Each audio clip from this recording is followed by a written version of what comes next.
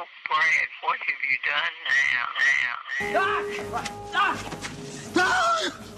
Okay, relax, Doc. It's me. It's Martin.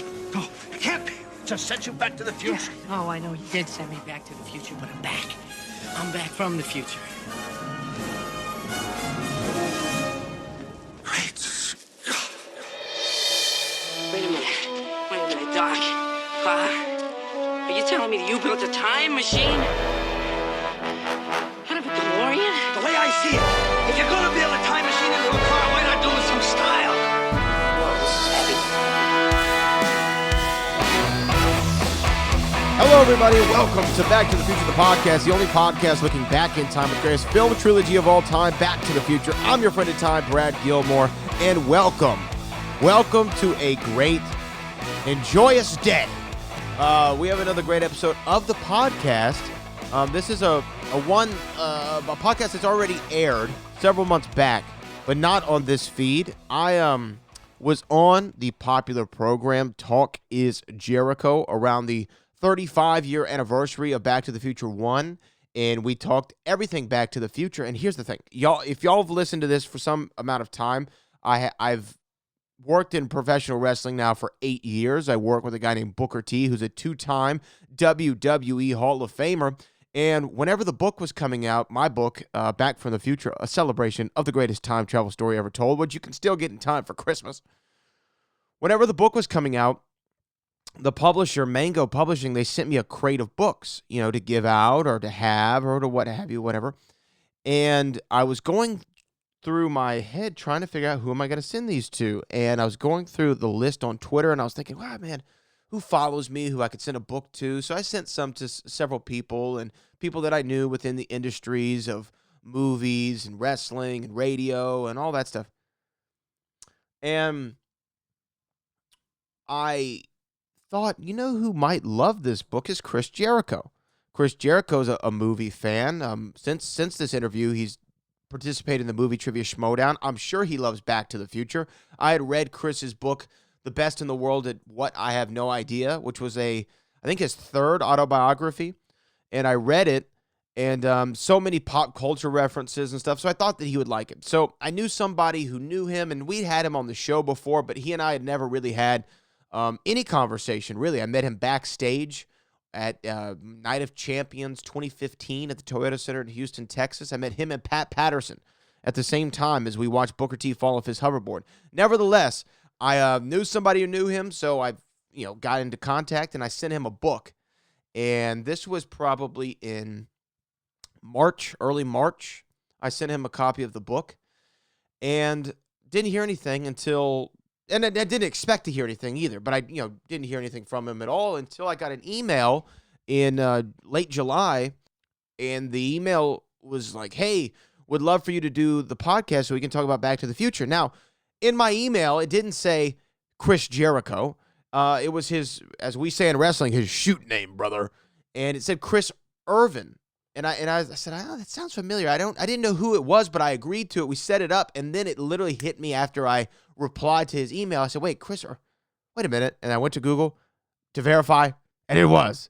It was the Ayatollah of rock and roll himself, Le Champion, AEW's own Chris Jericho, and I did his entire podcast. We did an entire podcast about Back to the Future on Talk is Jericho back in July, and this is that interview. This is that conversation. I will say I fumbled the football on Bob Gale's story about Doc Brown and a Mustang Corvette DeLorean. You'll hear that. But had a really great conversation with Chris Jericho. This is the full entire interview from his show, Talk is Jericho, unedited and unabridged. I give him full credit for this. I just think this is a nice holiday treat to re-air a great conversation about the greatest movie of all time. And now, the future is Jericho.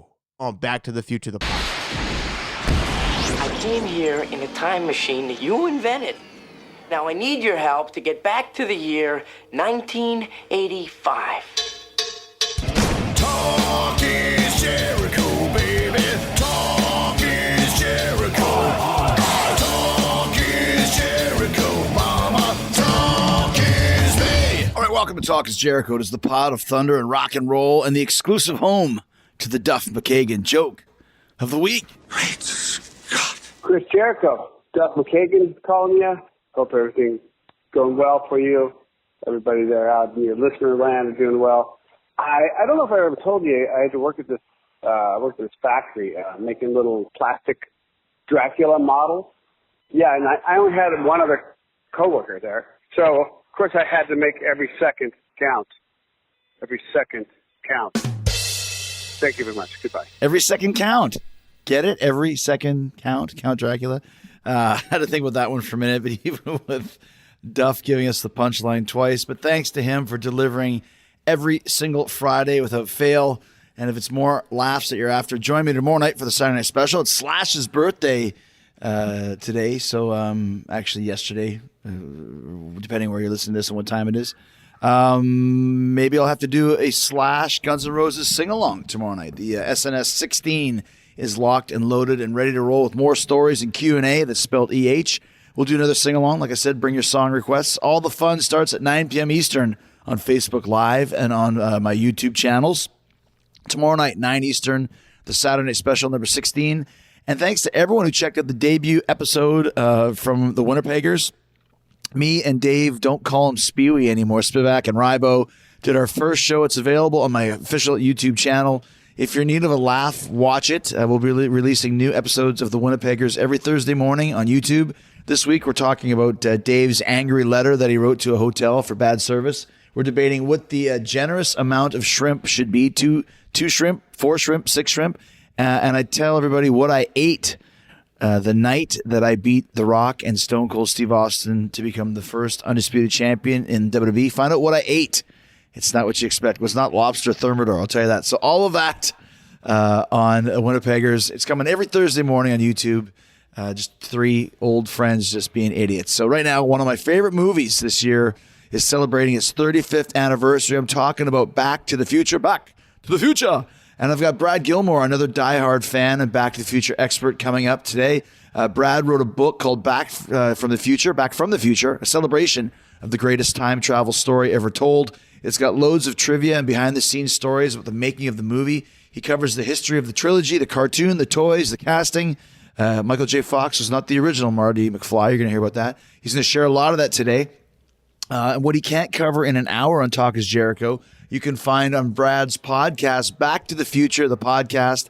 It's available wherever you listen to podcasts, and you can find his book everywhere you get books, and you can find the movie wherever you watch movies. Watch it. It's the 35th anniversary of Back to the Future, and we're going back with Brad Gilmore right now here on Talk is Jericho. If we could somehow harness this lightning, channel it into the flux capacitor, it just might work. Next Saturday night, we're sending you back to the future. So a few months ago, I was at my house and I got a book sent to me in the mail. And I don't remember exactly how that came about, but you can tell me. It was from Brad Gilmore, and it's called Back from the Future, a celebration of the greatest time travel story ever told. And I'm a huge Back to the Future fan, and lo and behold, a few days ago, it was the 35th anniversary of the release of Back to the Future. So I thought it'd be very timely, no pun intended, to do a show about one of my all-time favorite movies and one of Brad's as well. So Brad, how did you end up sending me this book in the mail? Well, I'm glad you got it, first off. But you have the website Web is Jericho. And I know James over there who helps run some stuff over there. I work in wrestling as well. I work with Booker T with Reality of Wrestling. Oh, okay. Yeah. And so I had his contact, and I said, I've read Jericho's books. I know Jericho's got to be a Back to the Future fan. So I went ahead and emailed him, and I think he reached out to you and said, yeah, you could send it on over. So I tried to send it with like a yeah boy with it, but I could only get the book in the mail. Yeah. You drew a picture of a yeah boy, which works fine. That's good. I did. It was pretty good. It was pretty good if I do say so myself. So what do you do with Booker and Reality of Wrestling? So I've been with Booker since 2012. I'm one of the broadcasters on the show, and Booker and I do a radio show called the Hall of Fame, which you've actually been a guest on. Okay. We've been doing the radio now and podcast together, I don't know, man, 5 or 6 years. And, I've just been riding with Book ever since. Well, that's great, man. So you have experience, obviously, in broadcast, and I can tell your writing is very good. The book is really cool. It's a fun little kind of a quick read about Back to the Future. So, what kind of got you the idea to write a book about this movie? Well, I came to Back to the Future when I was young, like most people did. I didn't get a chance to see it in the theaters, but when I discovered it, it was just one of those movies that stick with you. Certain things stick with you. How old were you when you discovered it, and what year was that? It was, I discovered it when I was about 7. So this was like 99, Oh, maybe. wow, okay. Maybe 99, yeah. And when I discovered it, I saw it on all places, the Disney Channel. And I don't know, instantly, I remember going back to school and saying, hey, guys, have y'all heard of this movie, Back to the Future? I was my only one in the friend group who had even heard of it. And it was something, I have older parents and older siblings, and it was something I was able to connect with them on, the movie. It's so generational. It's such a family story at the root of it.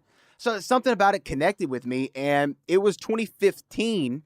It was the 30th anniversary of Back to the Future, and I wanted to listen. I was like, there's got to be a podcast about Back to the Future. So I went to go try to find one, and there wasn't. And I was like, man, that sucks. And I was doing the show with Booker and everything. And I was like, maybe I could start the podcast. And so I started a Back to the Future podcast where we just talk about Back to the Future every single week. And I had people from the movies on. I've had Crispin Glover on, Leah Thompson, a bunch of people from the films. It just kind of grew. And, millions of downloads later. Really? Yeah, I got in contact with a publisher, and they were like, we would love for you to write a book about it. And I was like, let's go. I'm ready. And it was just right in time that I finished it and turned in the manuscript right before the 35th anniversary. You know what's so funny is and you said quite a few things there that we can chat about, but it really is such a timeless movie. Once again, no pun intended, because when my kids started getting older, they're 16 and two 13-year-old twins now, just like Booker. As they start getting older, you look for movies to watch, because after you've watched every single freaking Disney and Pixar movie for them, then you're like, well, let me start showing you some of the movies that I think you'll like. Outsiders was a huge one for us, and now we're going through the horror movie theme of The Thing and all the Friday the 13th and that sort of thing. But when they were a little bit younger, Back to the Future was one of the first ones I can remember showing them. That and Stand By Me, where these are movies about families, and they're not risque, but they're a little bit. They're not for little kids. They're for kids that are starting to figure out what life's all about. And it just connects all across the board. Like, all of the boxes still checked to this day on just how great of a movie it is, even now, 35 years later. Yeah, that's another thing. It's generational. I was thinking about it earlier because, like I said, I got it when I was 7. My oldest brother's 23 years older than me. So he was 30. He was 30 at the time. Wow. We could both connect to it. My dad, who's in his 70s now, mid-70s, he can connect to it. And I think that when you're older and you watch it, it's like, man, if I could go back to high school and I could talk to that girl, I could go, punch that guy in the face. I could stand up for myself. Right. That's what appeals to you when you're older. But when you're a kid, it's like, there's a time machine that's made out of a car that really exists, and I can go, back to the future or what have you. So there's all these elements that appeal no matter what age group you're in. And I feel like that's why, as you said, it's been so timeless, because it doesn't matter how far we get removed from the 1980s. There's something about that story that's always going to resonate because the germ of the idea came from Bob Gale and Bob Zemeckis, who wrote the movie, and Robert Zemeckis directed it. The idea came when Bob Gale found his dad's yearbook in his attic and found out that his dad was the class president of the same high school he went to. And he was like, man, I wonder if my dad and I would have been friends, because I hated the guy who was the class president of my high school. And that's where the germ of the idea said, oh, wait, what if there's this crazy story where they go back and you have to go to school with your parents, and your dad's this big geek, your mom's kind of a horn dog, and she's after everybody. What would that be like? And that's kind of where this movie came from. And I think that that's something that everyone can relate to. Like, man, would I have been friends with my parents? Especially kids, kids in general, because it's based around rock and roll, high school, romance, your family. So it really skateboarding. Yeah. And it's funny too. I first met Leah Thompson. I did a show back in 2005 called Celebrity Duets. And it wasn't that great for me, but one of the highlights was meeting Leah Thompson and getting to know her. She's such a cool lady. And then about last year, I went and did a Comic-Con in New Jersey, and she was on it at Atlantic City. And I ran into her. And as soon as you see her, like she still has that vibe for guys like us where like I'm a little bit turned on, a little bit nervous, Yeah. a little bit like, oh, if I want to give her my number. Oh my gosh, it's Lorraine. And so she still has that quality because of this movie. Yeah, when I had her on the podcast and I was talking to her, I was like, I can't fanboy out too much because I got to be a professional. Right. But at one point, she called me a dreamboat, and I was like, I could die right now. It's a wrap. Like, I'm good. I believe she even calls Marty a dreamboat at one point, right? Yeah, she does. Yeah. How did you get her on the show? How did you get Crispin on the show? I've done 700 episodes of Talk is Jericho. I've never had any connection with those two ever. It was actually super random with Leah. Is I was sitting in bed and I just got an email. She was doing a press tour because she directed an episode of The Goldbergs on ABC. Right. And she was doing a press tour, and somehow I got on this email list of, would you like to have her on? And I actually had her on the day the book came out. Oh, right on. So I was like, this is, density, as George McFly would say. and I had her on, and it was Crispin was doing the same. He was promoting some movie. He has a pretty tumultuous relationship with Back to the Future and the producer. So I wasn't sure how, receptive he was going to be. Like, do you want to talk about the movie? But he brought it up. Like, he brought up Back to the Future, and we were talking about George McFly because I think even though he wasn't in Back to the Future 2 or 3, his performance as George McFly is one of those, it's just a home run. It's incredible. He just knocked it out of the park, and it's so memorable. No matter what, his line deliveries, the way that he moved his body, the way he said things, so iconic. So you can still, even though he's had all the issues with the character, and in Back to the Future 2 and 3, they actually hired another actor named Jeffrey Weissman, and they put prosthetics on his face to make him look like Crispin Glover. And that's kind of where like the root of the beef came for him and the filmmakers. So even after all that and going through lawsuits and all this stuff, he still, you can tell, loves that he was a part of that movie, and he had such an iconic character. Obviously, too, because I think he's one of those guys, because he's so flaky and weird, that's also wherein lies his acting genius, but he just never got those bigger roles. Let's say like a Joaquin Phoenix did. They're definitely cut from the same cloth. But why wasn't he in Back to the Future 2? It's one of those he said things. If you talk to Bob Gale, who's the producer and co-creator of Back to the Future, he says, well, Crispin wanted too much money. He was asking for things, and an actor his, size at the time would, it was a little out of base for him to be asking for those things. And then Crispin says that he just kind of didn't love the materialistic ending so much of Back to the Future. Because if you remember the first one, Crispin Glover's character George knocks out Biff, and then when they go back to 1985, the McFly's house is nicer. They've got nicer cars. They've got better jobs. They have better clothes. And, he kind of said, well, I didn't really like that. And he had issues that he wanted to work on for the second script. And it really didn't work out. So they went and hired a guy, like I said, Jeffrey Weissman, because when they did the old age makeup, Chris, they took, molds of all the actors' faces to age them up in the 80s. So they still had these molds. So then they went and they put them on this new actor, Jeffrey Weissman, to make him look like George. And if you remember in Back to the Future 2, when they're in 2015, George and Lorraine come to visit Marty in his future house, and George is actually hanging upside down on the ortho lev because he threw his back out. Well, that was actually designed to disorient the audience members, so you wouldn't look too much at George's face and realize it wasn't Crispin Glover. Yeah, that's one of those things. They'll just put him upside down. I want to talk about the movie, but I was just going to say one thing about the DeLorean. I mentioned Leah Thompson. One of the things about the DeLorean is like, it's such a cool, exotic, vehicle. But Seamus actually bought one. Did he really? Yeah, because it's a DeLorean, right? Right. It's like I wanted to buy Paul Stanley's guitar from the Animalized tour because you just want to have that. When you actually look at it now in 2018 or 17, I mean, it's pretty clunky looking. Yeah. It does not look half as cool as it did in the movie.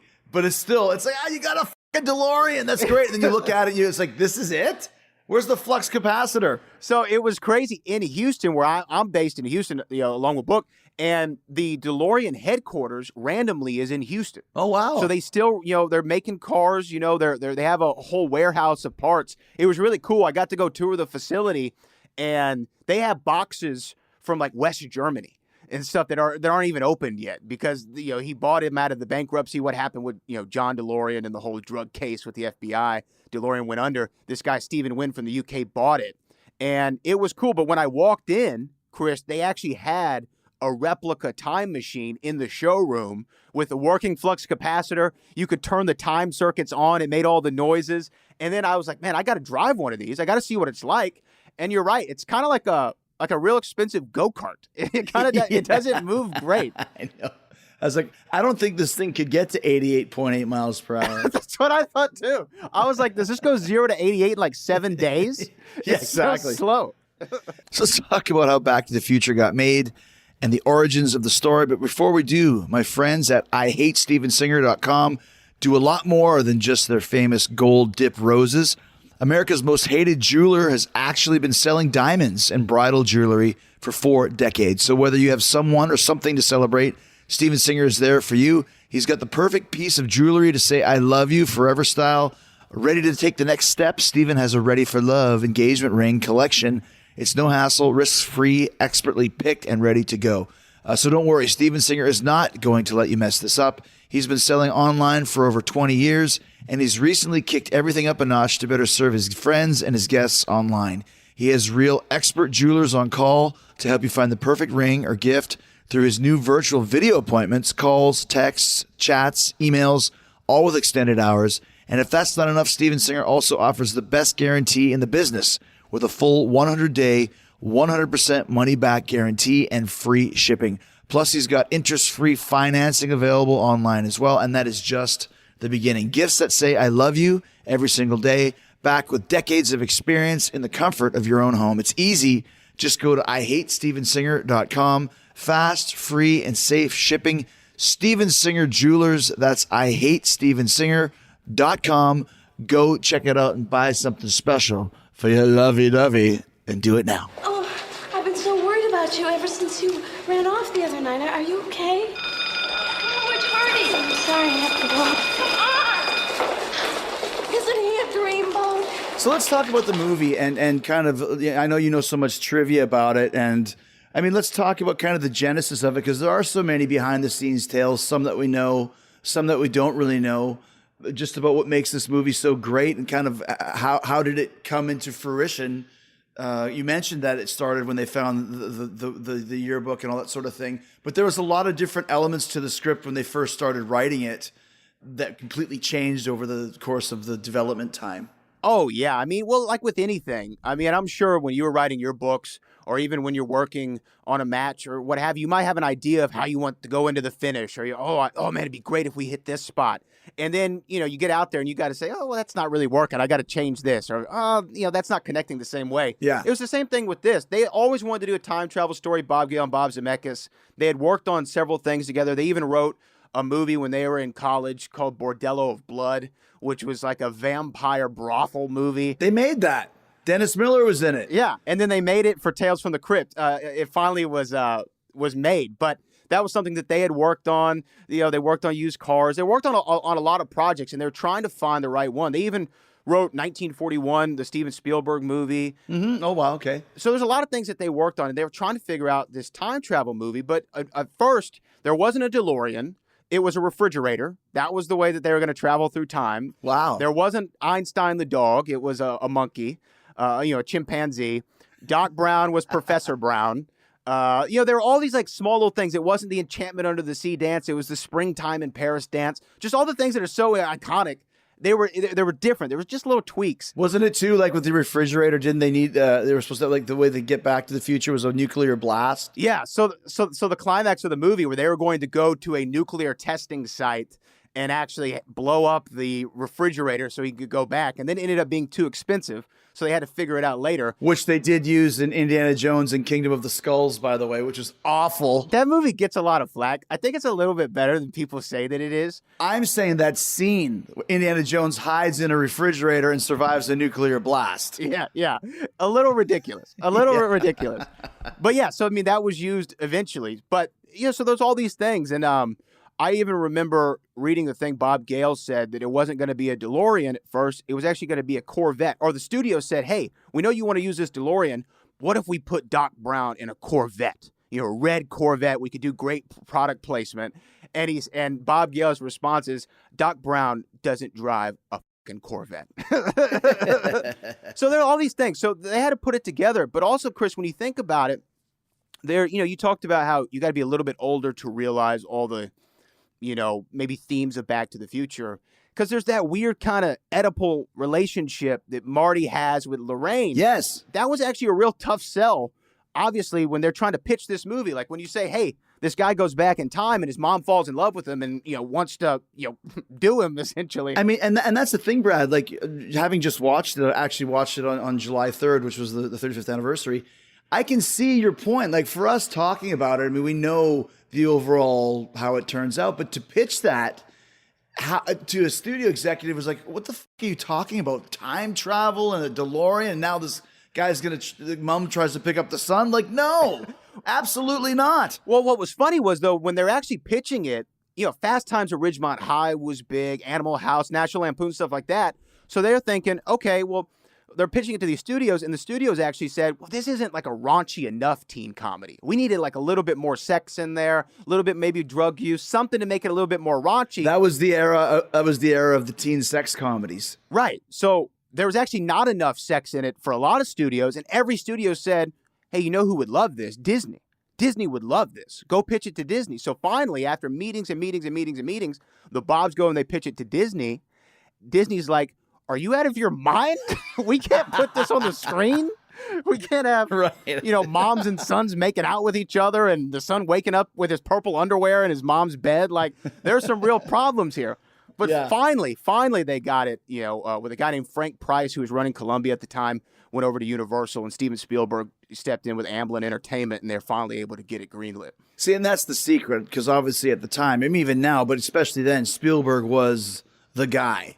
He was the J.J. Abrams that anything he touches turns to gold. Now, did Spielberg direct Back to the Future? No, so he produced it, but he was actually in on the script from the beginning, because he knew the Bobs from film school, and they had a relationship already.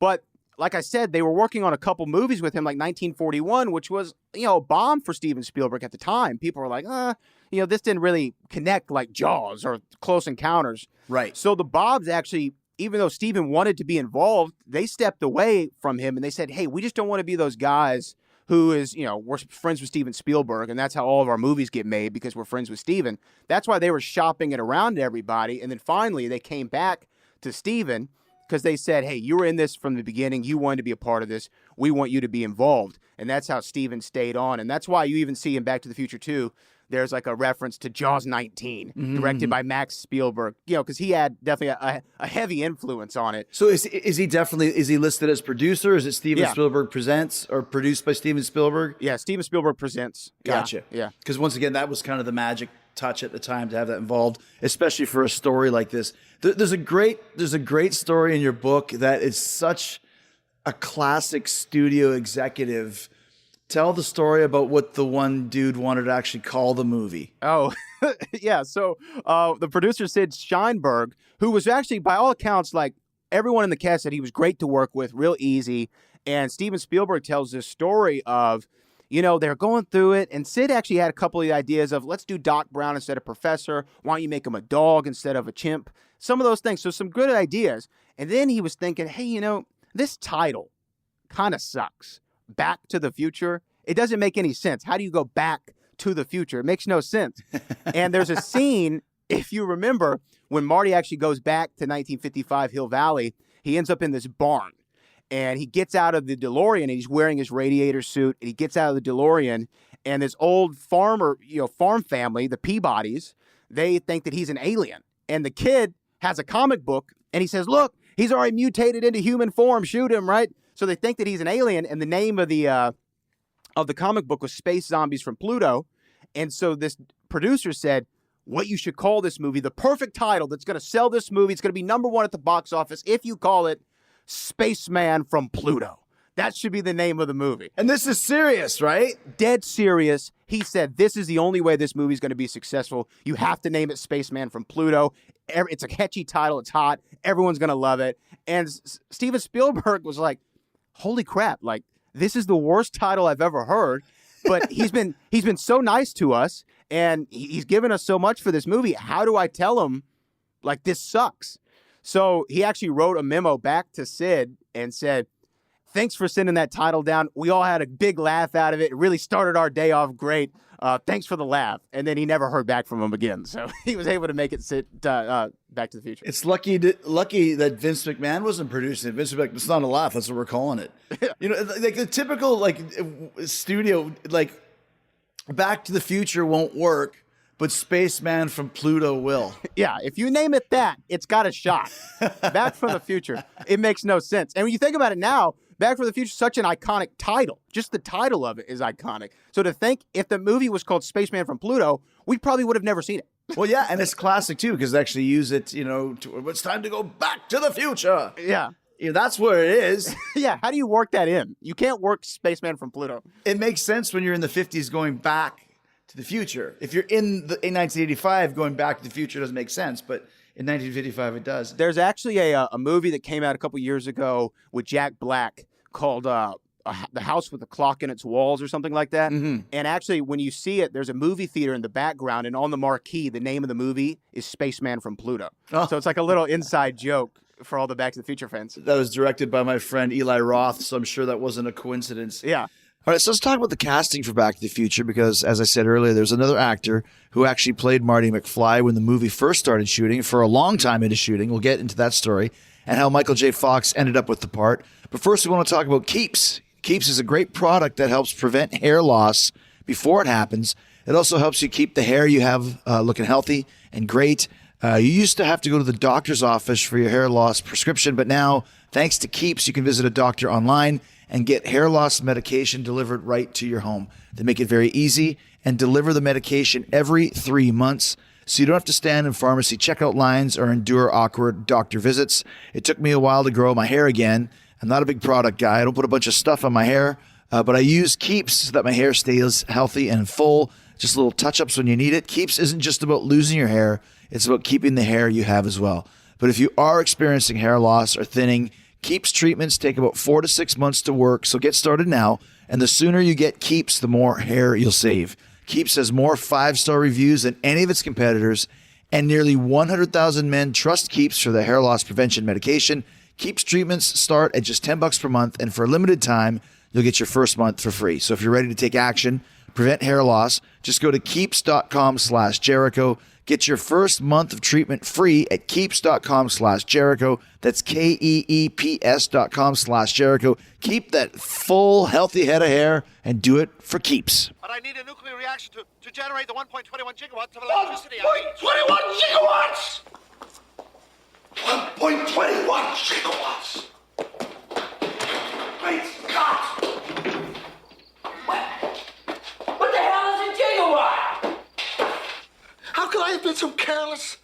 1.21 gigawatts? Tom, how am I going to generate that kind of power? It can't be done, can it? Talk a little bit about the casting, because the original casting of Marty McFly was not Michael J. Fox. Yeah. Actually, so the filmmakers thought when they wrote Marty McFly, they said, who'd be a perfect Marty McFly is Michael J. Fox. Oh. So they went to, at the time, Gary Goldberg was the producer of this show called Family Ties. And Family Ties was a massive sitcom at the time in the 80s. And Michael J. Fox played a character named Alex P. Keaton.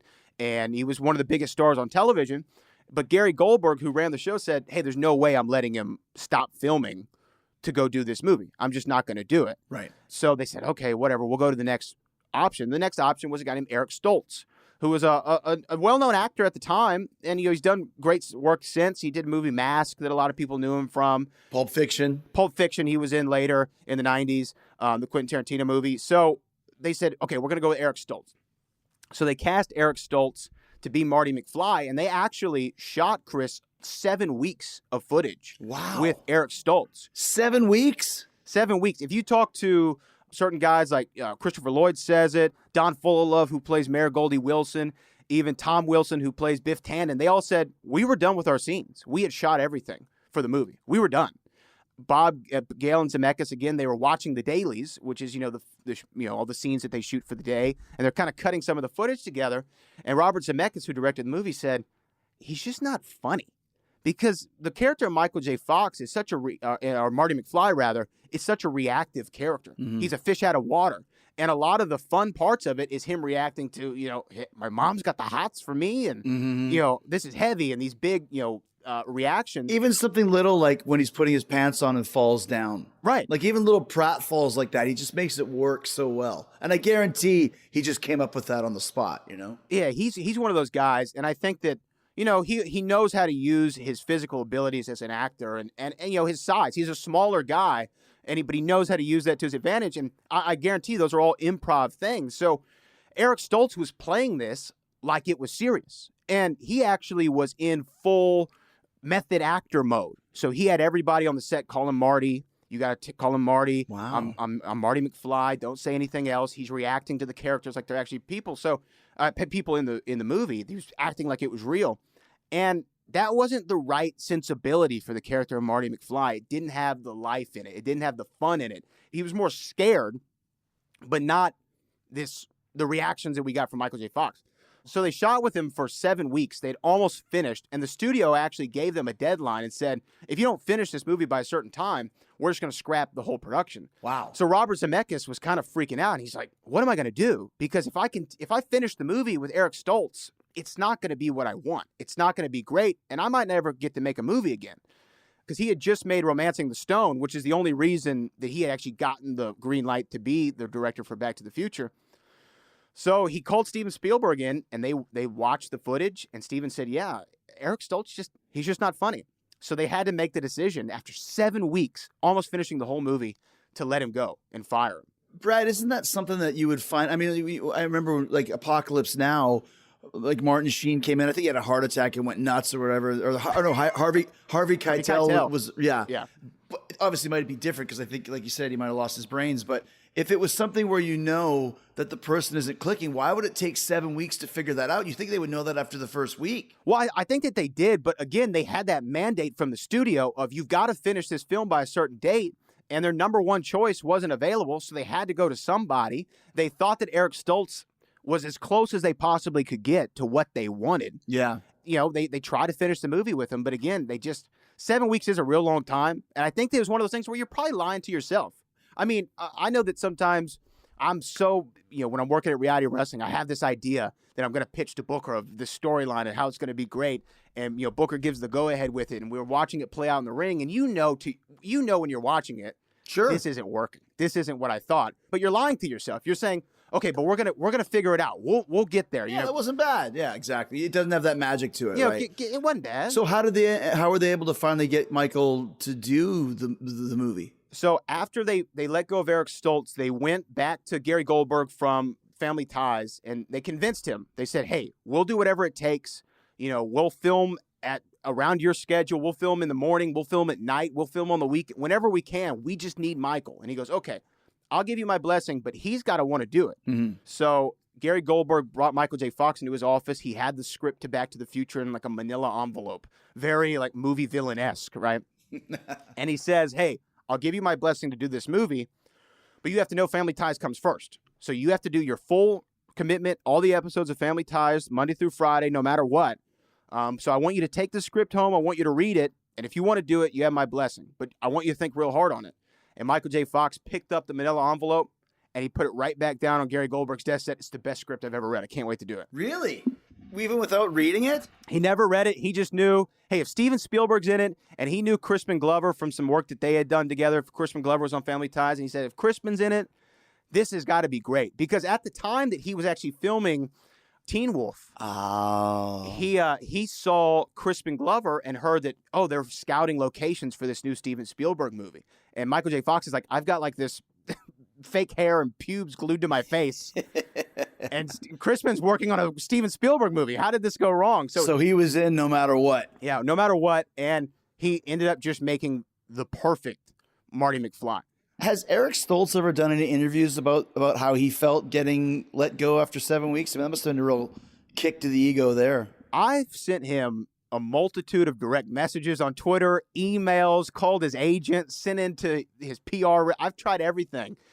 I've never found anything where he talks about it publicly. And I'm sure it's like, hey, Eric, there's this big movie that everybody loves nearly 40 years later. Yeah. But it's not like he didn't have a pretty damn good career. I think it would seem, you never know. If it was me after all that time, I'd say, listen, I was super pissed, but I'll talk about it now. It's been a long time, Right? Because I'm sure he's got some stories to tell as well from 7 weeks of filming. Yeah. Well, there's on some of the Back to the Future DVDs that they've released, like 35th anniversary editions and stuff. They put some of the footage in there of Eric Stoltz, sitting at the counter in Lou's Cafe or Lou's Diner with George, where he looks at him when he's eating the cereal, or when Doc tells him, "We got to send you back to the future." Like, they have those scenes with him, and it doesn't look right. It just feels off. Yeah. But there are, like, Tom Wilson, who played Biff Tannen, which is, for my money, top 5 movie villain ever. Agreed. I put him up there with Darth Vader and anybody else that you want to. I think he's one of the greatest villains ever.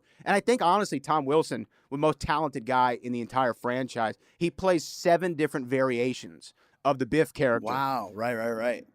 That's amazing when you think about that. Oh, yeah, because there's, 1985 Biff, 55 Biff, then the alternate 85 Biff in the second movie, and Biff when he's George's servant, and then there's Griff, and then there's Mad Dog Tannen. Like, there's so many different characters that he plays. Old Man Biff in 2015. But when you hear him tell stories about working with Eric, they didn't get along with each other, because when they were shooting the scene in Hill Valley High School where Marty and Biff kind of get into a little kerfuffle, if you will, about to go to blows before Strickland breaks him up, Eric Stoltz was kind of shoving him a little hard, give him a couple potatoes here and there, you know what I mean? Mm-hmm. And Biff, Tom Wilson, said, hey, if he wants to method this up, we could method this up. Like, I don't mind mixing up with you. So I'm sure Eric will have some interesting stories, and they haven't confirmed it, but they actually say there are still scenes in the movie with Eric Stoltz's performance in them that are just edited around. Yeah, because I can see that. They shot a lot of the coverage for the other actors, so they would go in and they were just shooting Michael J. Fox's. And actually, when Michael J. Fox, Marty punches Biff in Lou's Diner or Cafe in 1955, they say that's actually Eric Stoltz punching Tom Wilson. So there's still stuff in there. I love about Biff, too, is the reason why he's such a great villain is he's a little bit scary. Like, you think that he could kill somebody. And, like, there's that scene in the car where he's basically, raping Lorraine.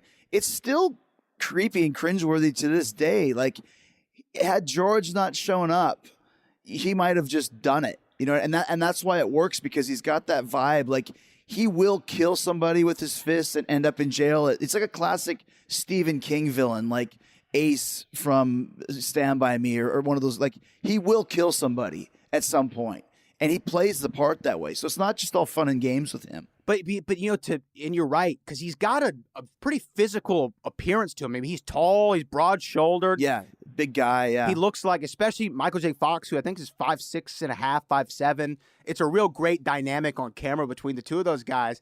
And the thing with Tom, though, to be able to be that physical, mean, evil character, but also be the village idiot at the same time and pull out the duality of that is why that performance is so great. Why, and he was the one who made up stuff like, hey, McFly, you Irish bug, or why don't you make like a tree and get out of here? These were things that he came up with, Tom Wilson came up with. That's great. That are so iconic to, the character. Yeah, and like you said, and I love, too, just the timeline. It's kind of like, Kevin Smith's View Askew universe or Tarantino's world, where D. Jones Manure Company ends up with like a sanitation system in 2015, or in 1885 it's like a freaking a cart and horse. Yeah. But they do that throughout the movie, and of course Biff always, or one of his family members, always ends up covered in manure. Yeah, you have to make the gag go across. But that was one of the things that they thought when they were doing the movie. What better way to show a change in time than evolution of things that we see every day? Like, you see the Texaco in 1955, where all the guys come out and it's full service, and they're airing up the tires and washing the windows. And then you go all the way to 2015, where it's a robot Texaco that's filling up the cars, the flying DeLoreans and what have you. They said, what better way to show a passage of time than also through logos? You see the evolution of, a Pepsi in 1985, and then he wants a Pepsi free in 1955. He's like, hey, pal, if you want a Pepsi, you're going to have to pay for it. You have to pay for it. Yeah. Let me have a tab. You got to buy something first. And then it goes all the way. Like, I actually have this in my collection in 2015. They actually released these. These are Pepsi Perfects that they had from the movie. Oh, wow. They released about, I think, a couple hundred of them. Pepsi did themselves. But even the Pepsi Perfect, when he gets to 2015, and to show how you have virtual waiters, which we actually kind of have today. They actually got a lot right in 2015, but I thought that was a really great way to show the passage of time. The fact that Mayor Goldie Wilson, Progress is his middle name. Go back to 1955, and Goldie Wilson's working in the soda shop, sweeping up, and then says, "I'm going to be." Does Marty put that idea in his head that he's going to be the mayor? He's like, "Yeah, you're right. You're going to be mayor." And then he's like, "Mayor Goldie Wilson." I like the sound of that. And what's funny is there's actually a Red Thomas was the mayor's name at the time in 1955, and his campaign slogan was "Progress is his middle name." Right. And that was another thing they say: as more things change, the more they stay the same, especially in politics. Well, but that's where Goldie got the idea from. I'm going to clean up this town. Great, start by sweeping the floors. Mayor, go. But I just, the older I get, the more I really appreciate those little things because it really is. And my favorite movies, whether they're comedies like Spinal Tap or Big Lebowski, or whether it's something like Pulp Fiction or Inception, the more you watch it, the more you notice and the more you see. And Back to the Future is one of those. You can't just watch it once. Yeah. There's so much going on, and it's so well done. Like, Jennifer writes, let me give you my grandma's number on the piece of paper that tells them how they can get the lightning, it's just everything.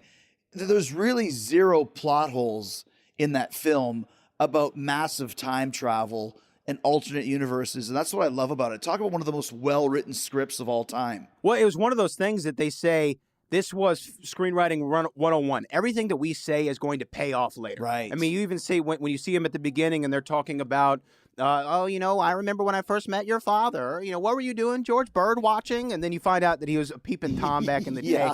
But they're setting it all up. Oh, we first kissed at the Enchantment Under the Sea dance. That was the night of the famous Hill Valley lightning storm. And they were just giving you all this information, and they were front-loading this exposition for it to pay off. And even when Marty and Doc go to the JCPenney parking lot at Twin Pines Mall. It's a great one. That's when Doc's talking about, I remember when all this was farmland. Old man Peabody wanted to breed pine trees. And that's why it's Twin Pine Mall. Well, when Marty goes back to 1955, he runs over one of the two twin trees, and then it becomes Lone Pine Mall in the next day. Yeah. It's all stuff like that. And they were great at doing that throughout all three movies. You even said like A. Jones Manure turned into D. Jones. Mm-hmm. It was a family thing. They did that so many times throughout the movie. And there's so many Easter eggs. Like even in the opening shot where you see all the clocks in Doc's lab, there's actually a clock of a guy holding to one of the arms of the clock, hanging off of it on Doc's little lab, like Doc does at the end of the movie. Oh, wow. And that was actually a reference to an actor named Harold Lloyd in a film called Safety Last, where he's holding on to the clock. And they show you that. He was like an original Jackie Chan. There was no stuntman. He actually was holding on to this clock 35 stories up or whatever it was. Right. And they show you that in Back to the Future. They show like a little model of him hanging on to it, and that pays off at the end of the movie where Doc's hanging from the clock tower. And it's so many great things like that. Even after writing this book, watching these movies dozens and dozens and dozens of times, looking for everything, I still find things every rewatch that I didn't notice before. Like I was just watching Back to the Future 2, and when Marty goes to the antique shop, there's actually a little stuffed doll of Roger Rabbit because Zemeckis. Bob Zemeckis did Who Framed Roger Rabbit with Christopher Lloyd. There's all those kind of things. Or the name of the mall is the Clock Tower Mall in 2015, and the logo is a clock tower with lightning striking. Wow. And these are things I'm just now seeing after decades. And not to get too into it, because that's the whole of the show, but I think anybody that doesn't appreciate, I mean, they definitely, like, 1 is the best, 2 is the middle, 3 is the third. I know you've had shows that say 3 is the best, but to me, part 2 is super underrated as one of the best written scripts. Like, 1 is a little bit more basic in its time travel. Yeah. 2 has much more time-space continuum. And like I said, I don't want to get too deep into it, but I have to mention to anybody listening to this that maybe hasn't seen part 2 or hasn't seen part 2 in a while, go back and watch it, even as a standalone, because it's pretty brilliant. Yeah, it's so weird. And I think it's like, people ask me all the time, who's on your Mount Rushmore of wrestling? And you're like, oh, it's Flair, Hogan, Rock, Austin. And then it changes, though, right, all the time. You're like, oh, well, you got to put Taker in there. You got to put Macho Man. And it's the same thing with Back to the Future when people ask me, well, rank them 1 to 3. And sometimes I say 3 is my favorite. Sometimes I say 1. But recently, 2 has been one of those that I keep going back and watching. Yeah. Because think about how great of an idea it was because the original script was written as one movie. It was going to be called Back to the Future Paradox, and they were going to go. So 2 and 3 was going to be one film. Oh, it was going to be called Paradox? Yeah, it was going to be called Paradox. And there's a script online of the original draft that you can read. And they actually didn't go back to 1955. They went to the 1960s, and Lorraine was like a flower child, and there's all the stuff with JFK, and real weird. And then they had the idea of separating it in two, and it was Robert Zemeckis who went to his writing partner and said, we have the opportunity with a time machine to do something that no one's ever done. We can go back into the first movie. Oh, wow. Yeah. We can actually see it from a different view. We can see it from a different angle. And that's what's really cool about the second film when they get back to 1955. Right. And you're seeing the familiar scenes of Back to the Future 1, but you're seeing them from a different angle. Like Marty's in Strickland's office and he's seeing, George knock Biff out, or he's watching himself play Johnny Be Good. He's saying, not bad. And being able to know. And then what's great about that, Chris, too, is as an audience member, you know what's about to happen. So oh man, if something screws up here, that's going to set up the third movie. They're changing. They have to redo the events in 1955 to not change time that they already redid in 1955 to not change time, right? Right. Let's talk about the rock and roll element of Back to the Future, because that's something I gravitated to when I first saw the movie as a kid in 1985. I saw this in the theater. But first, if you're in a city or state where the gyms are closed because of the Rona, or maybe you just don't want to work out in a gym with a bunch of strangers, or you don't want to wear a mask while you're training, you can always download the DDPY Now app and let Diamond Dallas Page help you work out from the safety and comfort of your own home. With DDPY, you get a kick-ass cardio workout. It's also easy on your joints, and you get that without any masks or social distancing necessary. And DDPY is a great option no matter your age or fitness level. It literally works for everyone. And Dallas is so sure you're going to love it. I'm so sure you're going to love it. He's giving you a 7-day free trial. Just download the DDPY app and get started. I got the app on my phone. I literally do DDPY everywhere and anywhere. I've done it backstage at AEW, in the dressing room at Fozzy gigs, hotel rooms, living room, front yard, anywhere. It's a killer workout that you can do at your own pace as well. I even did it backstage in Denmark at a concert hall with Joey Belladonna from Anthrax watching me, and Frankie Bello from Anthrax yelling at me from a window above. But I still finished the workout, and it was great. And you can do it too. You can get access to hundreds of workouts, live workouts from the DDPY Performance Center in Smyrna, Georgia, and you'll get some personal motivation from DDP himself. You can connect a Bluetooth heart monitor to keep track of your workout data. You can stream the app to your TV so you can do the workouts on your big screen. Just download the DDPY app today. You can get it for iOS or Android, and then you start your 7-day free trial, choose a workout, and get going. Let Dallas and DDPY change your life like he has for thousands and thousands of other people, including myself.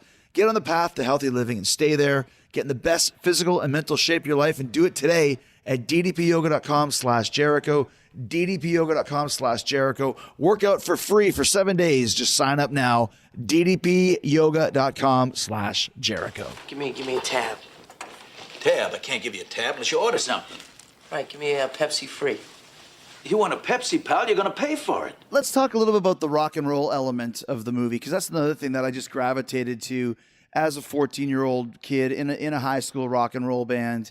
Let's just go right to the Huey Lewis tune. I mean, has there ever been a better opening track for a movie that fits the vibe, that doesn't actually say, Back in Time is the ending credit, but the Power of Love is not called Back to the Future. It doesn't have anything to do with future, but the power of love. And that's what the movie's all about. The power of love to get back to Jennifer, and the power of love to get his family together. And it's like, did Huey write this music after seeing this movie, or was it just one of the greatest coincidences ever, lyrically and also tonally and feel-wise of the way that the riff is? I mean, it's such a perfect song to open this movie. It's great. And if you talk to different people, they tell you different stories. So it's hard to kind of figure it out if he did it before or he did it when he saw the movie, because they came to Huey Lewis in the news because they were, huge at the time. They were hot at the time. Yeah. Yeah. Sports was out. I mean, they were a big act. They said, we want you to do it. And Huey actually said the same thing that you did. Well, I don't want to write a song about time travel. And they're like, hey, no, like whatever you want to do, like it's up to you. Either he had the power of love, or he was working on it, or he thought it could fit it. But you're right. That is one of those iconic pieces of music that just when you think of Huey Lewis now, you have to think of Back to the Future. It's one of the first things you think of is The Power of Love. It's maybe his biggest song ever. It could be his biggest song. Yeah, absolutely. And definitely one of his best for sure. Top 2, top 3. Oh, absolutely. And even back in time, but you're right. The elements of that song fit so well because Marty's complete motivation for everything that he does in the movie is not selfish. It's for other people. It's for the power of love. You might say, oh, well, he wanted to make sure he was born. Sure. Yeah. But it was, I got to get back and see Jennifer. You know, I love her. Look at her. Look at this, Doc. This says everything. When he shows Doc the flyer, it says, I love you. I got to get back to her. My family, I got to make them fall in love. My brothers and sisters, I love them. I want my family to be something. So you're right. And then to even have him, though, be in the movie and reject his own song, Huey Lewis. That's right. Yeah, because he plays, I guess, the principal or what have you. One of the, not the principal, but like one of the. He's the head of the talent selection for the Battle of the Bands, and Chris Hayes, the guitar player, is his assistant as well. Right. Yeah, and it's funny. Marty's band is called the Pinheads, which is a quintessential like 1980s garage band name, the Pinheads. Yeah, and they're playing "Power of Love," and he rejects it. You know, I'm sorry, you're just too darn loud. But once again, to come back to relating what we're doing later, the band is playing, and if that band doesn't finish the song, you know, George and Lorraine don't have their first kiss. Right. So it's paramount to get that band back. But Marvin, who's the guitar player, has sliced his hand getting Marty out of the trunk. So unless someone knows how to play guitar, that ain't happening. And Marty's like, I'm your guy. Right. Which is so well written once again. Yeah, and to go back to it, that was one of the things. So they actually wrote this movie in part with what they call the index card method. So they would write something on an index card like, Marty invents rock and roll. Wouldn't that be a really fun idea if Marty goes back in time and invents rock and roll? So they put that on the board, and then they say, okay, for him to create rock and roll, we have to establish that he plays rock and roll. So then we got to show him in 1985 playing rock and roll. So what's the first time we see him is he's in Doc's garage with the big amplifier, gets thrown back when he, you know, hits the riff and says, rock and roll, you know? and so it does that. And you're right. So then when you go to 55, and that was one of the things as a kid that I didn't pick up on. Like I knew Johnny Be Good, the song, but you know, I'm not thinking Chuck Berry, Marvin Berry. Oh, wait a minute. Marvin calls Chuck Berry while the dance is going on and say, hey, you know that sound you're looking for? Listen to this. They made it a little bit too obvious for my taste because I'm always looking for the, but when he goes, you know, hey, Chuck, it's your cousin Marvin. I'm like, I'm in. But then he goes, Marvin Berry, like Barry, get it? Marvin Berry calling his cousin Chuck. But I just love that little thing too. Like he invented rock and roll. You know, I love little things like that in time travel movies where it's like, oh, okay, so he's the one who's responsible not only for Goldie Wilson being the mayor, but he's responsible for rock and roll too. He invents skateboarding as well in the movie. That's right. Because he takes the girl's scooter off and he invents skateboarding. They're like, look at him go, you know, and he's holding on to cars. And that was an old box, what they used to call those. There's a name for those things that in the 50s kids would invent, like box carts or something they would call them. Yeah. He rips the box off and has just the skateboard element to it. So he invents all these things. And it's also funny to play off, like my favorite line in the movie. Of all three movies is, you know, Marty wakes up in his mom's house in 55. He's eating dinner with his future, you know, grandfather and uncles and whatever. Uncle Joey in the crib because he loves his crib so much. He just cries whenever we take out of it. Take him out of there. So we just leave him in there. But at one point when he's trying to figure out where Doc's house is and he goes, wait, a block past Maple, that's John F. Kennedy Drive. And his dad, his grandfather goes, well, who the hell is John F. Kennedy? Right? That's when Lorraine grabs his thigh. And Marty's like, okay, hey, gotta go. And he runs out and the grandfather goes, he's an idiot. It comes from upbringing. His parents are probably idiots too. You know, and I love that, but I love that they're able to play off JFK, and they even do a Ronald Reagan joke when Doc meets Marty and all that stuff. Yeah. Who's the first llady? Jane Wyman? Yeah. Who's the Secretary of the Interior? Jimmy Stewart or whatever he says. I suppose Jerry Lewis is a vice president. Yeah. Yeah. Another great line, too, is by Jason Hervey, who was involved in wrestling for years. Yeah. When it's like, oh, this is the one, you know, where, you know, I've seen this one. This is when he steals the pot roast. He goes, what do you mean? What do you mean you've seen this one? It's brand new. Yeah. Well, I saw it on a rerun. Yeah. What's a rerun? What's a rerun? But I mean, it's one of it's got to be one of the most quotable movies of all time too. I mean, even with Great Scott and This Is Heavy and all that stuff. And, oh yeah. And I think that another guy who's just perfectly cast was Christopher Lloyd. Nobody else could have been Doc Brown as great as him. Amazing. And also too, and you can tell us a couple of the other the other people that auditioned. But one of the reasons why he plays it so well is he's basically just playing a smarter version of Jim Ignatowski. Like before Jim Ignatowski from Taxi got burned out on whatever drugs he was taking, he was a genius who created a time machine. That's the way I always looked at it. Like, great Scott, Marty, you know? But who else had auditioned for that? So they considered a whole lot of people. Jeff Goldblum was one of the guys. Yeah, that works. And you could see that. One of the ones that I loved is on the call sheet was Eddie Murphy. Interesting. They talked about Eddie Murphy in the 80s, at the height of Eddie, to be Doc Brown. Gene Wilder was another one you could kind of see. That was one you could kind of see. Yeah, that would have worked. Willy Wonka type vibe to it. But once again, there's certain roles that guys were born to play. And I think the leads in this movie, both of them, and actually all four of them, if you include Biff and Lorraine. And George. And George, too, exactly. The whole five of them. You can't think of a better casting. And obviously 35 years of seeing these people, but whoever was hot at that point in time, I can't think of anybody better. There might be ones that might have worked as well, like Gene Wilder and Jeff Goldblum, but there wouldn't have been anybody better than Christopher Lloyd in that role at that time. And what's funny is I'm a huge Christopher Lloyd fan. I think he's actually great in everything that he's in. And in 1985, if you talk to him, I thought Clue would have been the one that really stuck. Yeah. Clue the movie. I'm Professor Plum in that one. I'm Doc Brown in Back to the Future. But he described it as Doc was constantly in crisis, which I think is like the perfect way to describe that character. Everything's a big exclamatory, we got to get you back to the future. Marty, oh, great Scott. Yes. Everything that he does is huge and big, and he's almost like a conductor in an orchestra, the way he moves, and he just nailed it. He just completely nailed what that character was. The character, too, is great, too, because he's got, I love the term Rube Goldberg, which, of course, is the MacGyver. It would be a modern term of these inventions that he came up with that were so insane. And the majority of them doesn't work, but it's like Disco Inferno. He had 10 ideas, 9 of them sucked, and one of them would be like, phenomenal. The man of 1,004 holds, for example. And that's what Doc Brown did. He created all these dumb ideas, the thought, the mind reader thing, and the opening of the cans into the bowl, like automatic breakfast. But what he comes up with in the flux capacitor is that's the winner. That's the moneymaker, the $1 million score, which once again, these are parts of our cultural lexicon. As a matter of fact, a great story it's very quickly. I met Christopher Lloyd in Japan at a bar once, and he wouldn't talk to me. He would only talk to my friend Luther, Dr. Luther. Lenny and him hit it off. And I went over to him to say, like, hey, man, hey, 88.8 gigawatts. Hey, I know you. And, of course, he was not having it. Probably had 1,800 idiots like me come up to him, and he went, by the way, you're not the first person that said that to me today, and it's 1.21 gigawatts, idiot. And walked away. I was like, I mixed up the gigawatts and the miles. But, that's part of our cultural lexicon of the gigawatts and the 88.8 miles per hour. Yeah. That's another thing I just love about this movie. That isn't quotable. It's much like Seinfeld. It's become part of our lives for all generations.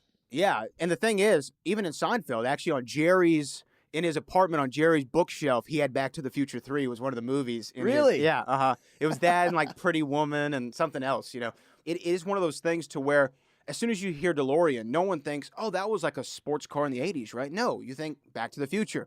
When you hear 88 miles per hour, gigawatt, even when I think of clock towers, yeah, the first thing I think of is Back to the Future.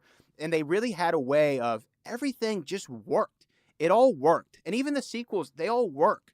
And even seeing the different versions of the time machine. And think about this, though, Chris. You think about Back to the Future and how iconic the movie is, but Back to the Future 2 has some of the most iconic things from all the Back to the Future in it. The hoverboard, right? When you think of the hoverboard, that's Back to the Future 2. It wasn't in the first one, but everybody knows the hoverboard. Yeah. Everybody knows the flying DeLorean.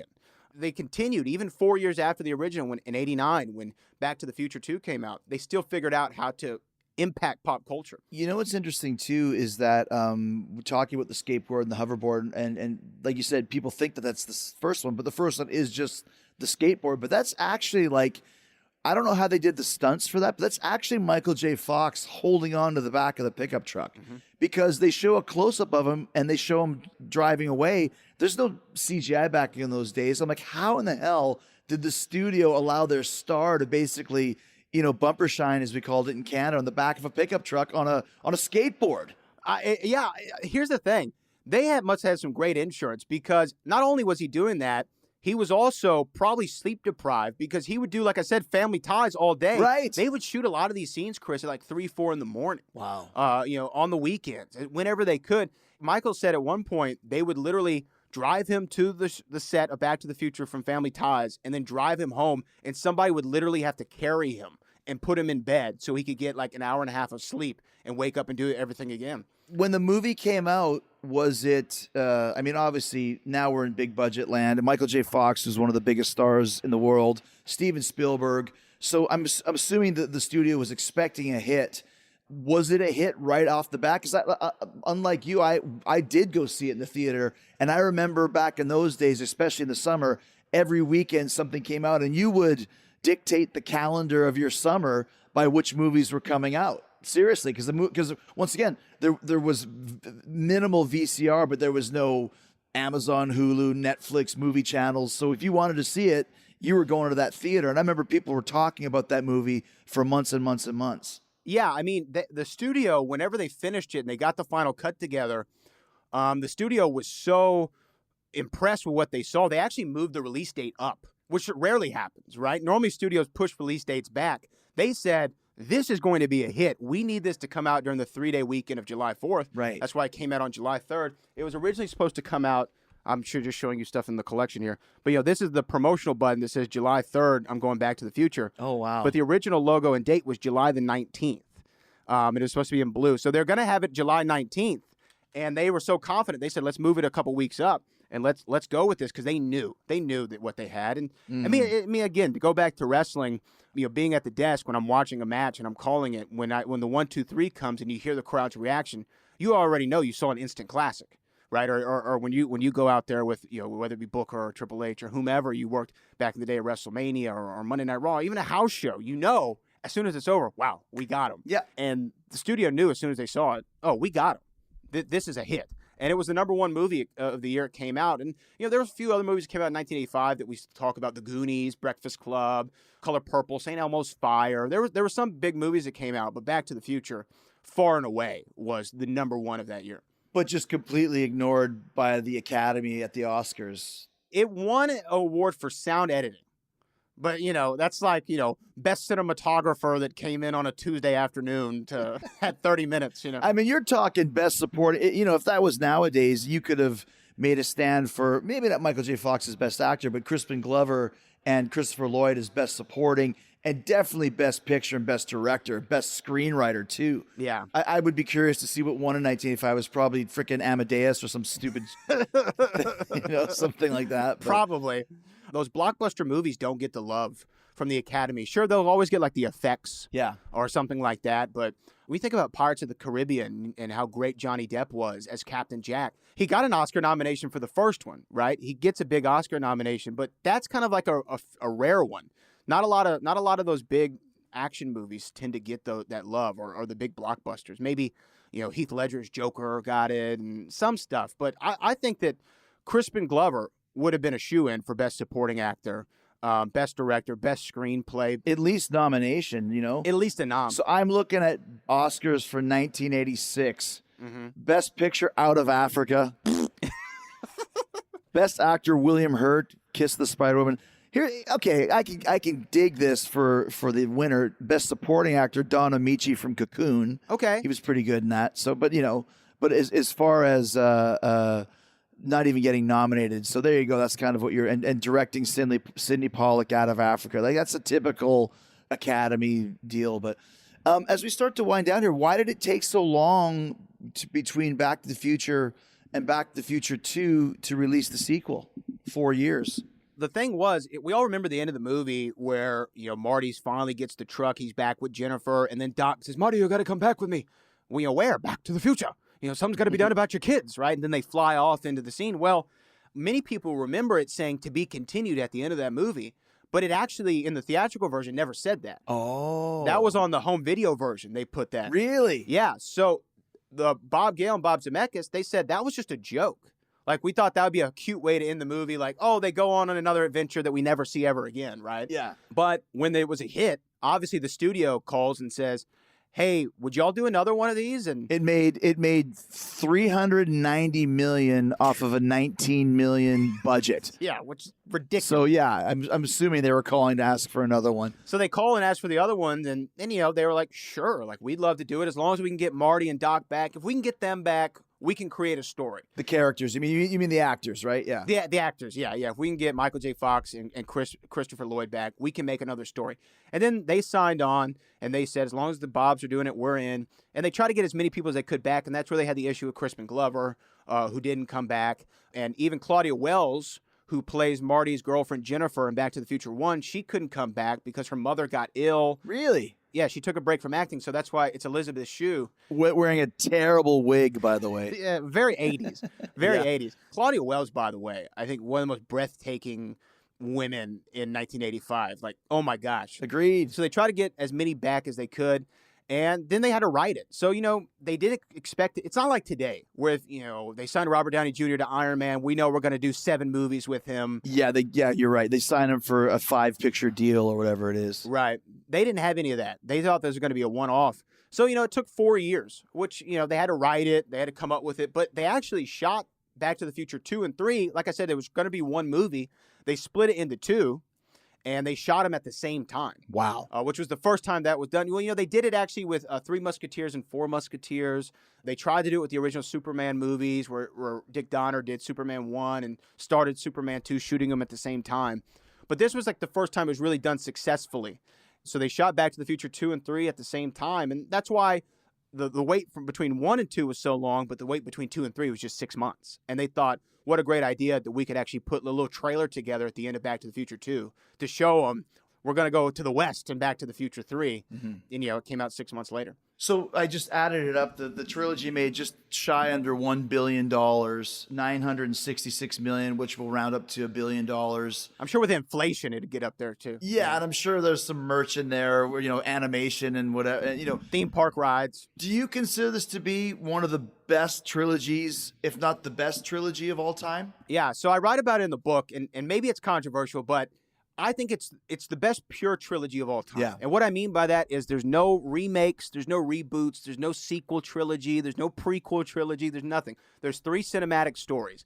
And I think the only other one you could contend with is maybe Godfather, but, you know, Godfather 3 kind of takes a big nosedive. I mean, Back to the Future 3 for me is not perfect. It's a B+ movie where the other 2 are A+. That's my personal opinion. Yeah. Godfather 3 is a C- tops. And Damien Omen 3 is about a D- at this point in time. Right. So get the Omen trilogies out of there. So, like, there's, and, you know, people are like, oh, what about Star Wars? Well, there's been so many Star Wars reboots and remakes. No, there's 9 of them. That doesn't count, right? Yeah, and, you know, Jurassic Park, there's 5 or 6. And then there's Indiana Jones, there's 4 of them. So there's no other pure trilogy, like I like to call it. So that's why I think Back to the Future, you can say it's technicality or whatever, but it's the greatest pure trilogy of all time because there are 3 stories that are just so much fun. You turn your brain off. You enjoy the story that's said. And even a lot of people tend to kind of agree with you about Back to the Future 3. Not their favorite. The Old West, a little weird. I contend that it's most like Back to the Future 1, where you have Marty and Doc stuck in the past without a clear-cut way to get back to the future. So they have to figure that out, and they do it with the train. Yeah. But I think it's the best trilogy, and I've had arguments with people. No one can come up with anything else that can really contend with it. And I think that the fact that we're still talking about it 35 years later, and that 35 years later a publisher would want me to write a book about it, and that I've had a podcast that's gotten all these millions of downloads, it really sticks with people so much. It's crazy. I've loved it. You know, I got to actually even compete in the movie trivia Schmodown and do a Back to the Future themed match. Oh, dude, I don't know who even contended with you on that. So there were some. It's an exhibition, so I can't give out the results or what have you. Oh, okay. It was a pay-per-view of sorts. But those guys in the movie trivia Schmodown, they know their stuff. But I know. I mean, I have to go against Kevin Smith in a couple weeks on that, and I don't know what the hell I'm going to talk about. You'll be fine. But, you know, even that, the fact that people still want to see Back to the Future content, and this book, when I released it, it went to #1 on Amazon in the film category. And, you know, this is, again, 35 years later. But it really is, Brad. It's one of those movies with so many spin-offs and animation and cartoons. There's not a lot of merch, you know, all this other stuff that you see from the Avengers or Batman or Star Wars. I would have a Marty McFly action figure here and now if there was one. I don't even know if they ever made them. That seems strange to me that such a hugely successful franchise hasn't had merch out the ass, or maybe I just missed it. I mean, there's some out there. You know, there's actually a book written called the Back to the Future Almanac that shows some of like the collectibles and trinkets that have come out over the years. And of course, you know, I've shown you a couple. I have several little things like a replica of the Save the Clock Tower. That's awesome. Or, you know, the almanac itself. Oh, that's great. There's the Gray Sports Almanac. Yeah. So, I mean, there's some stuff that they've come out with. But, you know, really, one of the big things for Back to the Future is they did end up having some sort of spin-offs. They had the animated the animated series that came out. The ride at Universal. Then they had the ride at Universal that was replaced by The Simpsons for some unknown reason beyond anybody's understanding. So they've been able to capitalize on it. And, you know, everybody still talks about, you know, will there be a Back to the Future 4? Or will there be a sequel to it? Will there be a remake? I kind of hold one of, I guess, the more controversial opinions about it, where I'd be more than willing to see another Back to the Future movie. I don't think you could ever do another one because you would expect so much to see, you know, Doc Brown, a.k.a. Christopher Lloyd, and Marty McFly, a.k.a. Michael J. Fox. And I don't think you could do that, especially with Michael's condition. Or maybe you could, but it would seem a remake, a slight reboot or something like that for this whole new generation would seem something that people might want to check out. Well, like for me, when that Ghostbusters movie came out a couple years ago, the all-female Ghostbusters, I was kind of hyped for it. I was like, I love Ghostbusters. I liked it. People hated it, though. I liked it. To me, it was okay, right? I didn't love it. It didn't give me the same that the other movies gave me. When I left, I thought, man, am I going to not like Ghostbusters anymore because I didn't like this movie?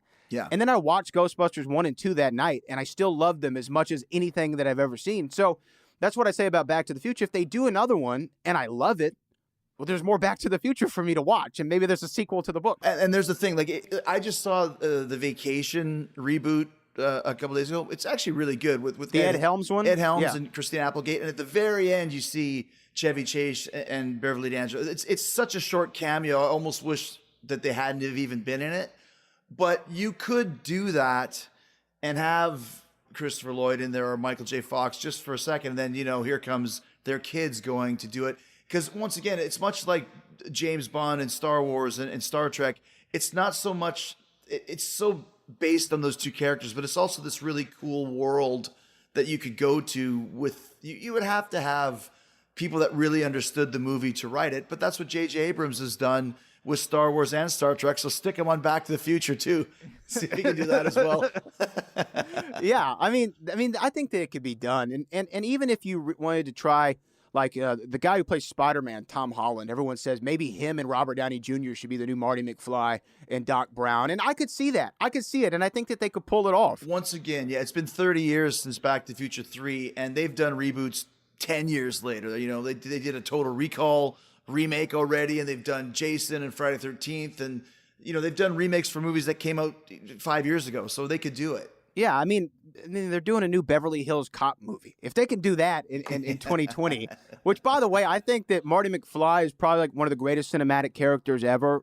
He's up there, in my opinion, with Indiana Jones or Han Solo or any of those guys. Oh, yeah. But really, my top three is Marty McFly, Fletch, and Axel Foley. And I want to figure out a way that we can get just remakes of all of these. How about a Marvel universe and just have all three of them in a movie together? Come on, guys. It's all ball bearings these days. I love the fact, too, like Marty, we talk about his small stature, but if you call him a chicken, he'll throw hands with anybody. That's the word. That's the word that drives him crazy, man. Don't call him a chicken.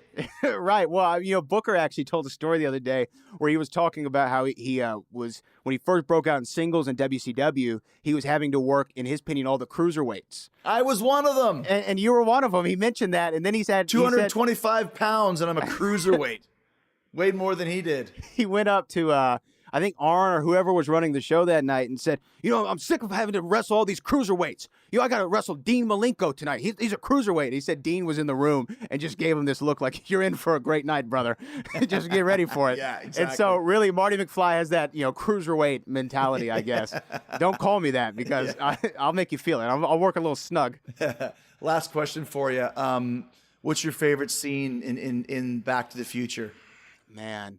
And who's your favorite ancillary character? Oh, that's a great question. There's so many. I actually, in the book, I have the last couple of chapters is called The Almanac. where I rank my top 10 favorite ancillary characters in the movie and some of my favorite Doc gadgets and what have you. Yeah. The scene one is so hard because there's so many great ones. But I think that when Marty and Doc are there in the Twin Pines Mall and that time machine rolls out from his truck for the first time, and Marty goes, "You built a time machine out of a DeLorean?" And and you see it in action for the first time when he's all iced up and smoking and right, and he runs away from the Libyans and he goes back to the past. Just that whole scene as a kid, you're like, "Whoa, mind blown! This is the greatest thing that I've ever seen." So I think by default it would have to be that. I still love the scene where they're all sitting at the table in 1955 and his grandfather calls him an idiot. I love that. But ancillary characters, there's so many. There's actually so many great ones. Goldie Wilson is one of them. I think that he's like one of those guys who I call like a heat check. He only has one scene really in the movie. It's so memorable. The mayor, I'm a run for mayor. Yeah. I like the sound of that. So Goldie's up there. Marvin Berry's up there. Even Old Man Peabody, "I'm gonna get you, you mutating son of a bitch," so there's so many great ones. It's hard to narrow it down to one. I do my best in the book. My favorite scene, I actually have two, but my favorite scene is when he gets to play Johnny Be Good with Marvin Berry and the Starlighters, and he failed. He didn't get into the Battle of the Bands in 1985, but in 1955 he's playing this high school dance and he's rocking it. And what's crazy, he gets to actually and Michael J. Fox, it was his idea. He's like, I want to give all these references to the guitar gods. I want to do the duck walk. Yeah. I want to do the windmill. I want to do sliding on my knee. I want to do all that, and he got to do it. Because Michael J. Fox actually played guitar too. You see that in the Light of Day movie with Joan Jett, which is also another forgotten classic. Yeah. The thing that I like, one of the scenes I like the best, to bring it all back home, is when he gets back to 1985 and the car breaks down and he has to run to the Lone Pine Mall and he still sees Doc Brown die, get shot, and then realizes that he put on the bulletproof vest because he saved the letter and taped it all together. But I love the fact that when you see that for the first time, you think, after all that, Doc Brown really still dies. What did he accomplish? Nothing. And then he's still alive. And it's like, I thought that was one last little, you're not out of the woods yet, guys. And a real kind of cool way to end off. They did that whole leading even up to that when Marty's in 55 and he's trying to get back to the future and they're timing it with the lightning storm and Doc falls off the clock tower and then he has to slide down and connect the cable and then Marty's car won't start. Yeah. They did a really good job of always keeping you in suspense. And that one. They had a lot of false finishes there. A lot of falsies, brother. No, great stuff. And then, like you mentioned, too, the fact that Billy Zane, the Phantom, and the heel from Titanic was one of Biff's gang members. It was another little touch as well. So, and then for him to come back for the sequels, too. He was in the sequels, too. So I love the Phantom. That might be the next book. I got to talk about the Phantom. You got to do another one, yeah. Christy Swanson, Catherine Zeta, 96. Oh, Christy Swanson was awesome at the time. Oh, man. Dude, what a great idea for this. Thank you for sending me the book, and I really appreciate talking about this. And like I said, it was really cool to go back and watch that movie, even though I've seen it probably, 30 times, whatever it is. But to watch it actually on the 30th anniversary and to talk with you about it was a real blast. So I appreciate that. No, Chris, I'm glad that you got the book. I'm glad that you enjoyed the movie. And I think if I can give people an excuse to rewatch Back to the Future, I think that's a good thing, and I'll take it. Now it's time to go Back to the Future 2 and 3, Brad. No, I really appreciate it, Chris. And then get the book on all the retailers, Amazon, any of that stuff. You think I'm gonna spend the rest of my life in this slop house? Watch it, Goldie. No, sir. I'm gonna make something of myself. I'm going to night school, and one day I'm gonna be somebody. That's right, he's gonna be mayor. Yeah, mayor. Now that's a good idea. I could run for mayor. A colored mayor, that'll be the day. You wait and see, Mr. Carruthers. I will be mayor. I'll be the most powerful man in Hill Valley, and I'm gonna clean up this town. Good. You can start by sweeping the floor. Man, Goldie Wilson. I like the sound of that.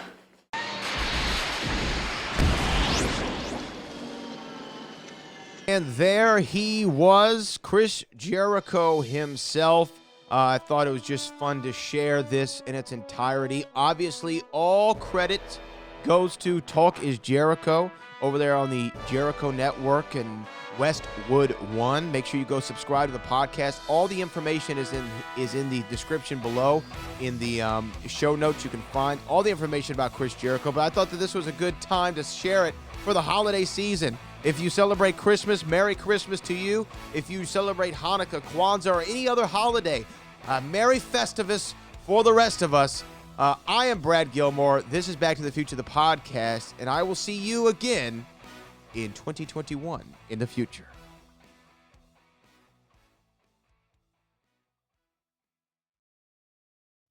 Oh, Brad, what have you done now?